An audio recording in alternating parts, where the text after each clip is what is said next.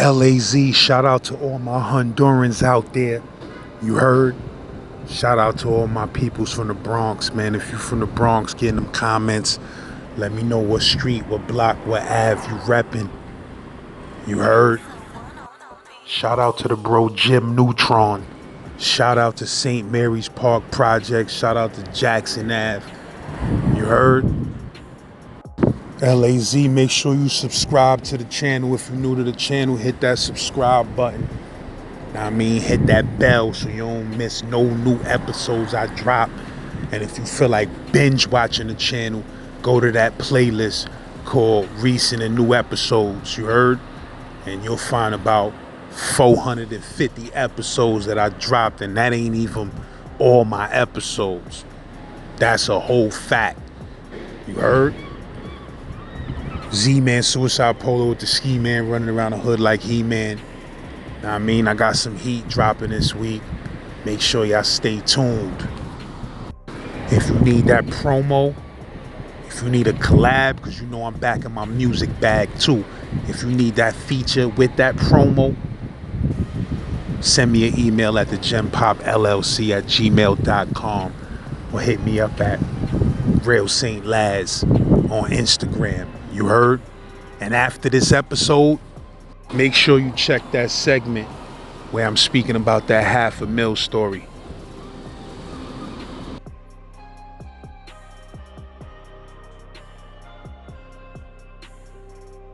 I told him what happened in the church. I said, yo, 89, I need your help. Niggas got me. Yo, niggas gonna try to get me after I popped off on these blood niggas. You know what I mean? And they waiting for me to go in the bathroom or something. And he sent the kite out. These two blood niggas came in there and they held me there. You know, because I was neutral. I wasn't in the gang. I'm not gang affiliated. How many of them blood niggas was in the house at that time? There was about a good 13 cash, you know what I'm saying? Yo, what her? So I was outnumbered.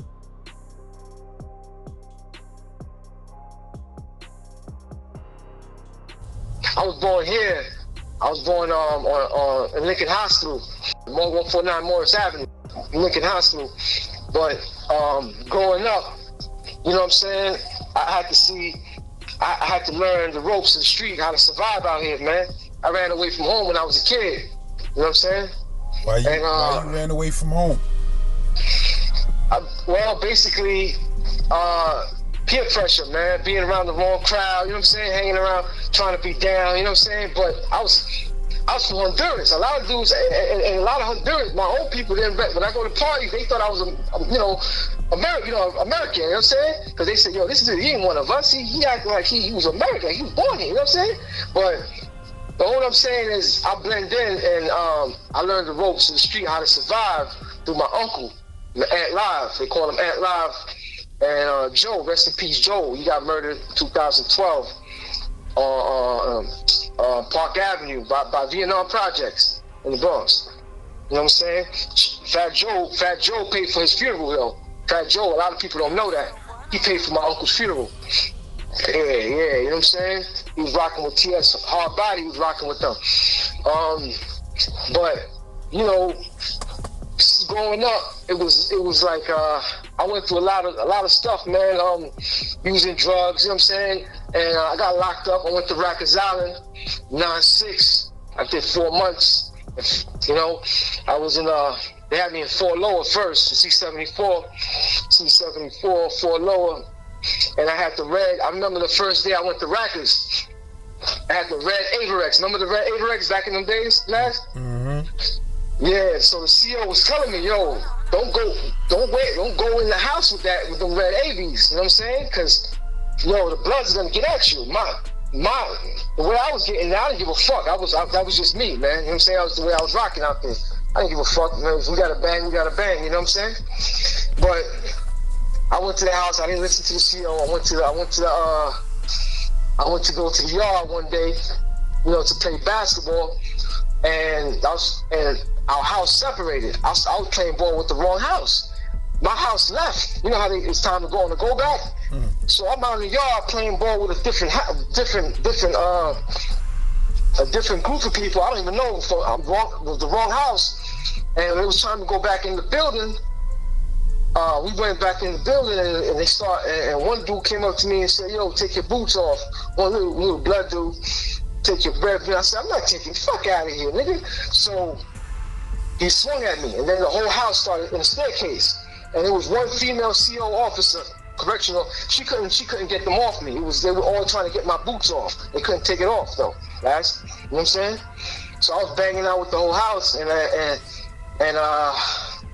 they tried to put me in a fucking lineup to try to. I said, I ain't see who did it, and then ever since that day, I got my respect on the island. You know what I'm saying? You know, they let me rock with the red boots on. You know what I'm saying? Because I ain't talk, I ain't snitch. You know what I'm saying? But getting back to the Hondurans, so I got a cousin named Nene from Caldwell. You know what I'm saying? He was putting work out there, a lot of work out there. You know what I mean? We had the block on Smash with the crackheads. You know what I'm saying? All that, man. We had the fiends were coming like a 24-hour laundromat. You know what I'm saying? And they started their own group called Laundromat Boys, LMB, Laundromat Boys, because they used to hustle all the time in the laundromat, getting thousands of dollars. You know what I'm saying? Taking up, you know, driving big Mercedes-Benz, different foreign cars. You know what I mean? Yeah, man, growing up, man, I was going to war with the Spanish niggas on Jackson because they didn't want nobody selling drugs out there. They wanted the block for themselves, you know what I'm saying? So we used to clash on the avenue, 152 Jackson under the train station. You know, every time a crackhead comes, a fiend, you know, if you ain't got the toy, if you ain't got the, you know, that thing on you, you know, or whatever, a knife or a dagger, whatever, the niggas gonna try to jump you, you know? You were saying under 152 in Jackson. That's that projects with the train station right next to it, and it looked like the damn train station is in the projects. Yeah. That's it right there. So, last man, you know, we was out there, man. The Hondurans, man. We was going to war with any and anybody, man. So a lot of people don't know. So I'm saying, I got Nene, I got my uncle, 250 the Great. He from Either War Projects. He used to come out there and make money out there, drop a couple bundles off, and then keep it moving. So I have family in Either War Projects. 250 the Great. He's an artist. He got his own platform, and he's a rapper too. He do music. So yeah, man. So Jackson, you know what I mean? The Spanish dudes from across the street, they used to come over and tell us, yo, you can't be out here, you know. Can't be out here selling your shit, because at that time I had the 2 for $5 Purple Haze and Hydro 2 for $5. I was rocking them, you know what I'm saying? And all the customers they were getting, they were coming to me. So it was like survival of the fittest out there, man. Survival of the fittest, because and competition was like, you know, you gotta outsmart your competition, you know what I mean? So I had the best, you know, me and my family, we had good work, you know, and we always had to, you know, get at these niggas, man, with knives and knuckle games and on the avenue, man. Shit didn't make the news, but you know what I'm saying? The shit, you know, people out there know, you know. And my cousin Nene one day came through with the 4-4. With the big joint, man, and we had to walk from Jackson all the way to Cortland. You know what I'm saying? All the way to Cortland Ave with the thing on us, because I think at that time my uncle had a situation out there, so we had to keep the thing on us, you know. And we walked by the precinct on Melrose. Was that Melrose? That's Melrose, yeah, on Melrose and 156. We walked by the precinct with the thing on us. We were scared to death, you know what I mean? But we had, because we didn't want the boys running up on us, but we had to, in order to get to the projects, we had to walk, you know what I'm saying? We had to cut through there, you know what I mean, to that area. And Joe had the projects, they had Cortland Avenue on Smash. You know, they took over the projects over there. You know, Jackson Projects, they took over that and had niggas working for them, you know, in 9.5 and 9.6 and 9.7. They took over. And you know what I'm saying? And had niggas working for them. And it was just a lot of shit I was seeing out there, man. We at that time, we had different deals out there, different niggas would work out there that they, you know, that they was They would either blam at us, you know, shoot at us. They would try to shoot at niggas for being on the app, or send one of their doges to try to put hands and feet on niggas for being on the app. Dudes from the projects or dudes from the side blocks y'all was beefing with? Dudes from the projects. And y'all was from the side blocks? We was from the projects, but niggas, It was niggas from, listen, that project is big. Park Avenue is big, man. Vietnam is big. I seen a lot of shit last, man. You know, with my uncles, man, when they took over the block, they had the bundles out there, and it was going to war with a dude named, now that I recall, a dude named, man, and one day caught me hustling for my uncle, because I used to hustle for him. Before I started selling for myself, selling my own work, I was working for them. And I learned the ropes on how to, you know, flip bundles from my uncles. I didn't know nothing about flipping bundles till I seen my uncles, you know what I'm saying? And one day, this dude named from the projects, from Jackson Projects, by Vietnam, he pulled a hammer out on me with a silencer, you know what I mean? Because he caught me selling out there, and at that time, my uncle had ran him out the projects in I think it was 9/7. He ran that dude out of there, and took over the block. And he pulled a hammer on me on 9/6, but he didn't kill me. He had the silencer on the joint, and you know what saved my life last? A crackhead. A crackhead came between the gun and me and him, and asked me if I got some work. And that nigga got scared. That's what saved my life. The crackhead. Because he was so fiended out, he didn't care if you know what I mean? If the crackhead ain't see the gun? He seen it. He didn't give a fuck. He just wanted to get high. He seen everything. He pulled out he had the chrome, what's that shit look like? A Ruger with a silencer. And and I ain't gonna lie, I was like, damn, man, that was my day, man. God saved me, bro. God saved me, man. I think I had that shit in my head. And I remember, right after that happened last, I told my uncle what happened. Yo, we came out there with a bag of joints. I ain't gonna say the thing, you know what I'm saying? We was out there posting up with a bag, trying to catch this nigga, B. You know what I'm saying? Yeah, we was posting up out there, because I wouldn't be here today if it wasn't for that crackhead. I ain't gonna lie to you. So the crackhead came up, said something, and then he just spun off? He spun off, yeah, he spun off. And I ain't never seen him since, you know? But, you know... But he was talking shit, or he had just popped up and was just about to squeeze off? He popped up, was about to squeeze off, but the thing is, he got ran out of there by my uncles. My uncles ran him out the project. They was running niggas out the projects, you know, with bats, knives, and all type of shit. Niggas got caught and just beating niggas down on Jackson and Portland. You know what I mean? Jackson Projects over there. But I'm gonna tell you the difference. Jackson Avenue, the name of that project is called St. Mary's Projects. A lot of people get it confused. St. Mary's Projects is under the 152 Jackson Avenue. That's St. Mary's Projects. Jackson Projects is over there by Cortland. Across the street is Cortland. You know what I mean? So Jackson Projects is just across the street from the block Cortland that niggas fuck with? Yeah. So Jackson Projects niggas be fucking with Cortland niggas? Yeah.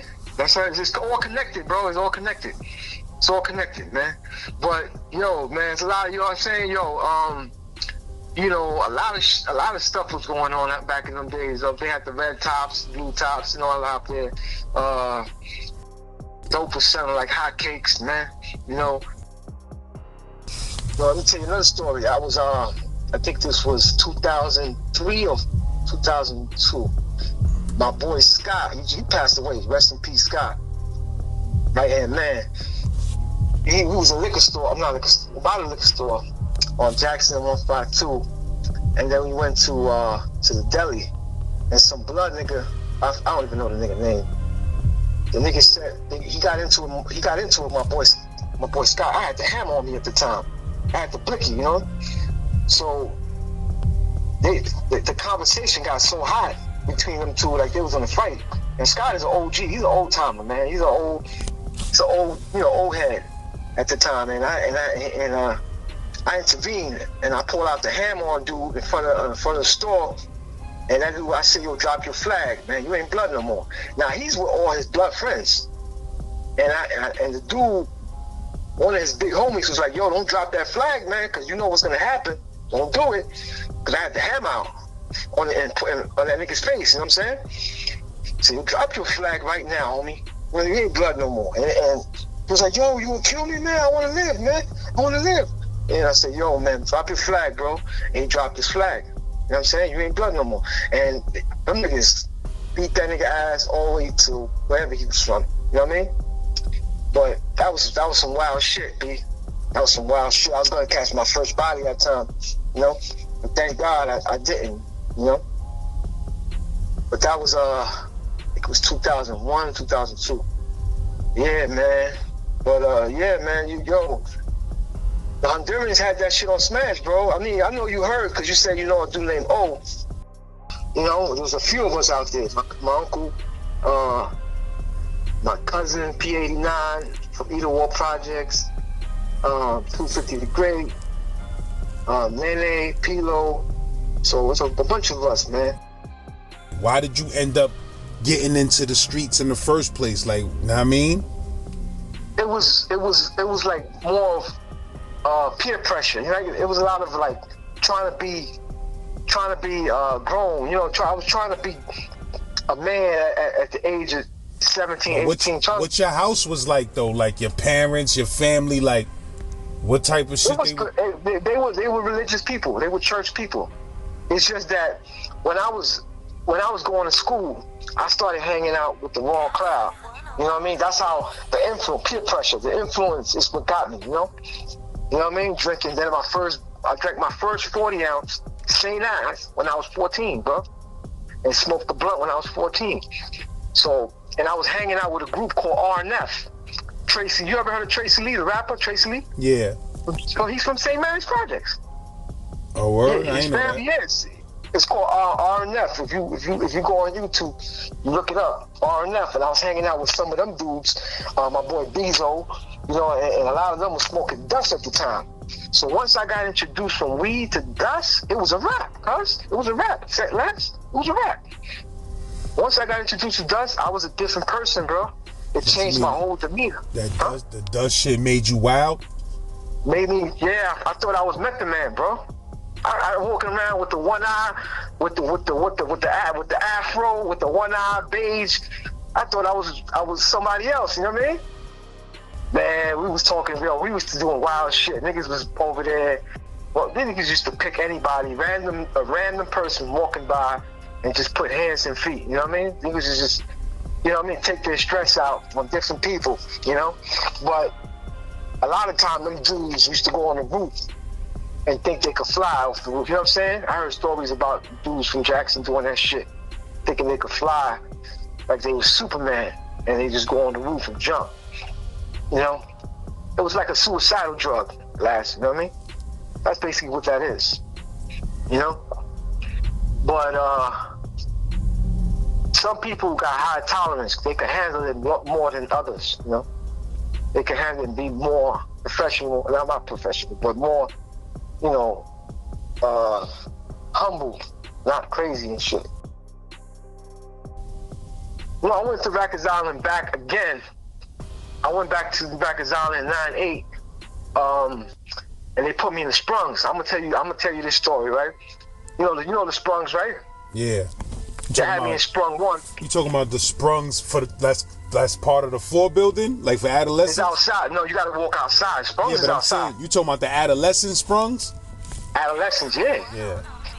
So I went to the Sprungs in 98, and one of my dudes, they call him Nat. He's from Morehouses by St. Mary's Park, not the projects. St. Mary's Park. There's a project called Morehouses.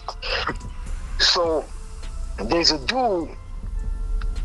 He's blood. He's sex, money, murder. Okay.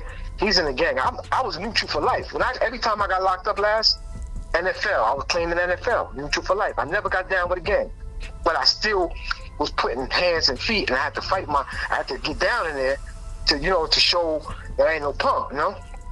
But make a long story short, this dude named Nat comes into my house like a month after I'm comfortable, chilling. I got cool with everybody, the house gang, you know, the house gang leader. I'm cool with everybody in the house. This dude comes in there, and at the time, we was in the day room playing Xbox. They was playing Xbox. You know, we had the PlayStation, not the PlayStation, Xbox, video games.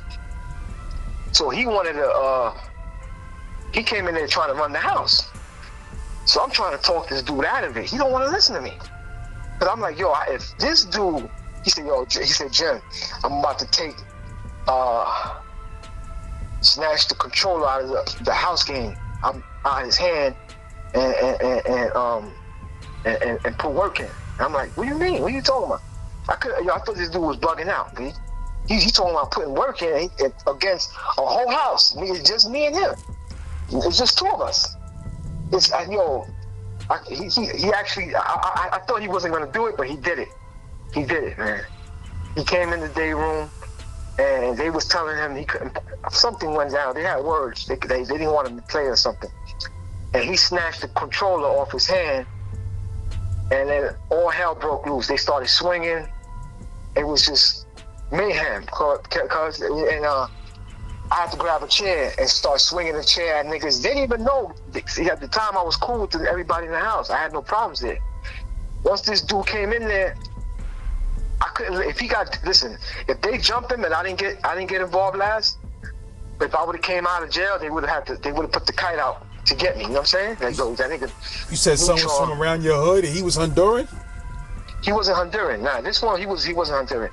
It was just my Honduran who saved my life. I'm gonna tell you who saved my life in jail. My cousin. I sent a kite out to my cousin P89 from Either War Projects. And I went to church one day. I met him in the church because you know we had church day. They let us go to church. Yo, but my fault, bro. I interrupted you. You said you started swinging the chair because you said you knew some from the town or something. You knew him from the streets. I knew him from the streets, and we put in a lot of work in the streets. Me and this dude, we put a lot of work in the streets. And my thing with him was I feared that if I didn't help him at the time, that when I came out of jail, I would have been labeled fool. You know what I'm saying? They would have labeled me fool. And so that's why it was niggas from Brooklyn. It was a lot of niggas from Brooklyn in my house. So we was fucking these. I can't say they was fucking us a little bit up, but I was beating niggas down with the chair and swinging the chair, hitting niggas in the head, stomp a nigga head out. I had a nigga on the floor.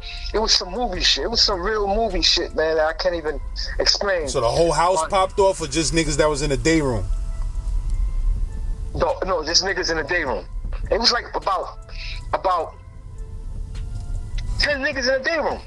Last 10 niggas in the day room. So it's two niggas, it's two of us, me and this dude Nat against the other, like it's two against let's see. Against like 8 niggas, B. So what happened? Them dudes they ran y'all out the crib or what? No, the turtles came in. They called for the turtles. The turtles that came in, I never even knew about them niggas. Bunch of dudes with shields, you know what I mean? And start beating us up and strip searching everybody, you know? But at that time, after that happened, they moved them out the house. They packed them up, my boy Nat, and they had me there. And I'm telling you, I ain't gonna lie, I was shook. I'm like, how y'all gonna leave me in? But they packed him up and left you? They left me in the house, yeah. So I'm like, damn, how the fuck I'm gonna get out of this? Them niggas was trying to wait for me to go in the bath. I had to hold my piss in, cuz. I had to hold my piss in a couple of nights and piss in a bottle. I had to figure something out. Piss in a bottle. I was trying to avoid the bathroom because I know the niggas were trying to catch me, you heard? So what I did was I went to church on a Sunday to meet up with my cousin, P89 from Either War Projects. And I told him, I sent a kite out for some bloods to come. I don't know how he did it, but he did it. He sent 2 bloods into my house to hold me down. I don't know how he did it, but he pulled that string, and that's what saved my life.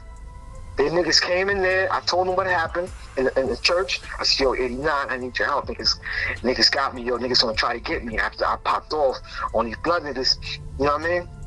And they waiting for me to go in the bathroom or something, and I haven't been going in there. I've been peeing in the bottle and all that, and using the, you know what I mean? Using other, you know what I'm saying? So he sent the kite out.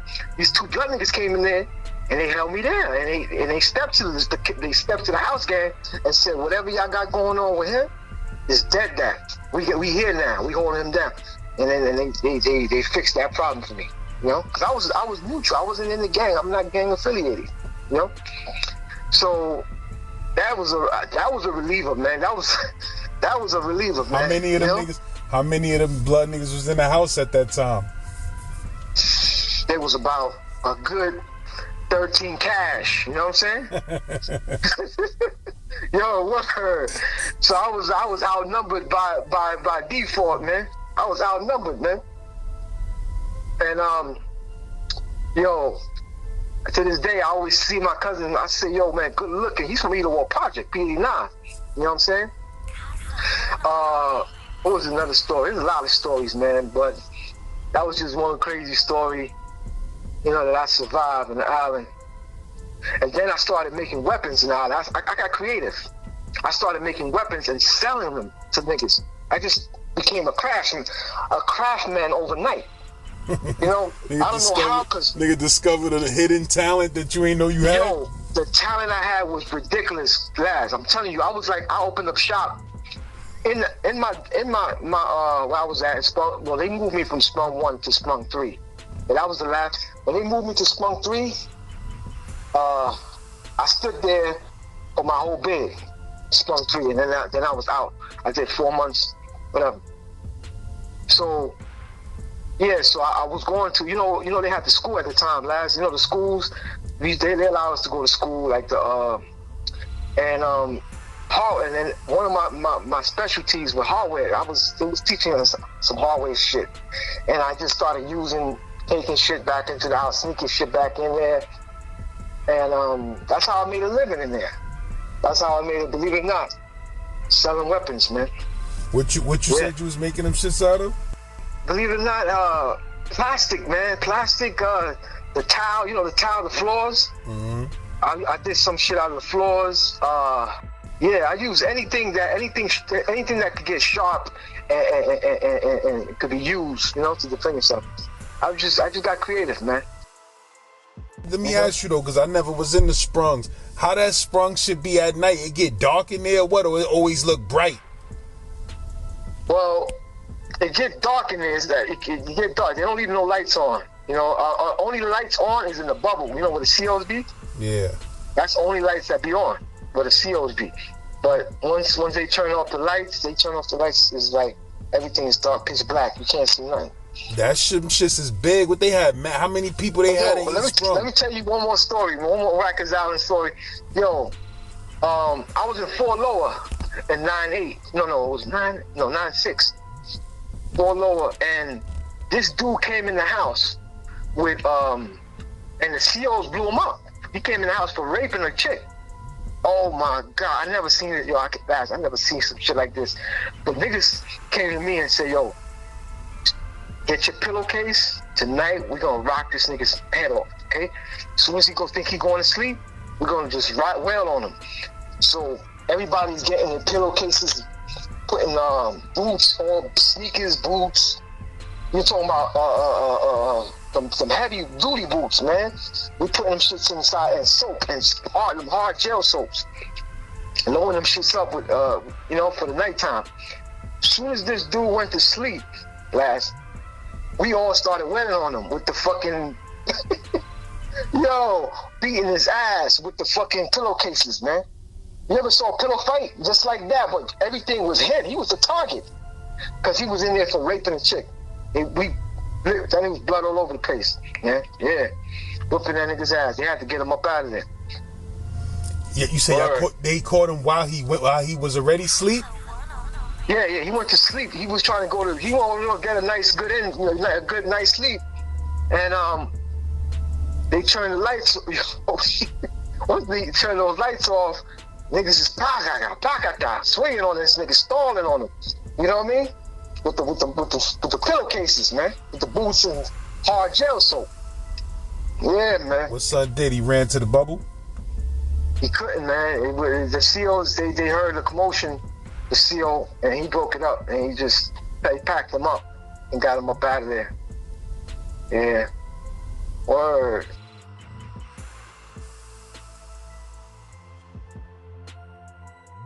I removed the $500,000 story because $500,000's wife, mother of his child, Shaquana, contacted me herself and told me that the rape allegations in the story were false. She told me that it was no rape. They was both 16 years old, fooling around, and she got pregnant, and that was that. You feel what I'm saying? So I had to remove that story because of that reason. And so because of that, I apologize. And realistically on this channel, you know, some people say, yo, you should fact check more. You know, I got on this channel, I don't just have 2 or 3 people telling stories. I got hundreds and hundreds of people telling stories. So it is literally impossible to fact check every story that I do. But I do have a system, and that system works like this. If I do 3 or 4 stories with an individual, and those stories prove to be accurate, or at least 85% accurate, amongst the network of Brooklyn and street individuals that I know watch the channel and I know personally, and dudes that I know that I was locked up with and who was locked up for a long amount of time, if those stories check out to be 85, 90% accurate on the information, then I develop a trust level with a particular storyteller, and I will make the assumption that you are telling me the truth, because from the track record that we have, I don't have many people saying that your stories are false. So basically, and you know, I don't think anybody comes on this channel and deliberately just wants to make up a lie or make up a story. I think sometimes people get bad information, people get wrong information, and they may actually believe certain things is true that's just not true. It could happen to any of us. You feel what I'm saying? Ain't nobody that watches this channel right now could say that they didn't believe something to be true that they found out later that wasn't true about an individual. You feel what I'm saying? So while I do this channel, I try my damnness to not, you know, try to tarnish nobody's name. I'm not with the smut peddling and the exposing, and I'm not with none of that. That's these other niggas. I just try to put out Brooklyn history and stories, jail histories and stories. You feel what I'm saying? Every once in a while, we may have a slip up on this channel. And because of this slip up with this $500,000 story, I apologize to Shaquana, to her kids, $500,000 sons. I spoke to Shaquana. We had a deep conversation. She's a humble, intelligent, bright woman. You feel what I'm saying? And I deeply apologize to her because I don't want to cause her no problems. She says she's at a point in her life where she just wants peace, man. You understand what I'm saying? She said it's a lot of people out there that believe a lot of stuff that's not true. Next time, you know, and because of this situation, because when a situation like this happens, you don't only learn from it, you grow and change from it. So because of this situation, I got a new rule now. And that new rule is I'm only doing story. If you got a story for me, it got to be about you, only you and your experiences, or something that you was right there fucking with the person who you telling a story about. You understand what I'm saying? If it's hearsay and you heard this person did that and you heard, I can't mess with it no more because, you know, people get stressed out and some people get hurt over that type of information. So like I said, I don't only learn, but I change. You feel what I'm saying? So for now on, them stories got to be firsthand information or I can't rock with it. You understand what I'm saying? And like I said, I don't think nobody comes on the channel and deliberately tells a falsehood or a lie or nothing like that. I feel like sometimes dudes get bad information and, you know, wrong information. And sometimes that information hits the internet, unfortunately. As y'all know, it was dudes spreading all type of lies and rumors about me. Dudes was saying all type of outrageous stuff about me, and they still are, and there's still uploads about me with just shit that ain't true, shit that I didn't do. You feel what I'm saying? And I just gotta eat that because I'm on the internet with it. You feel me? And when you on the internet with it, this is what comes with it. You feel what I'm saying? So once again, I apologize to Shaquana. Certain people names I don't even want to mention because I don't even want people's name getting mentioned and pulled up into nothing else further. But you know that this is for them too. I just don't want their name further scrambled up into nothing. The story is gone, it's out of there. You feel what I'm saying? And from now on, like I said, I got a new rule. It got to be a first-hand story and that's it. I can't fuck with things. I can't fuck with things that's hood legends and hood folklore and stuff like that because some of that information may be exaggerated, fabricated, or just may not be real at all. You feel what I'm saying? And next time I'll be a lot more cautious, and that's a fact. LAZ.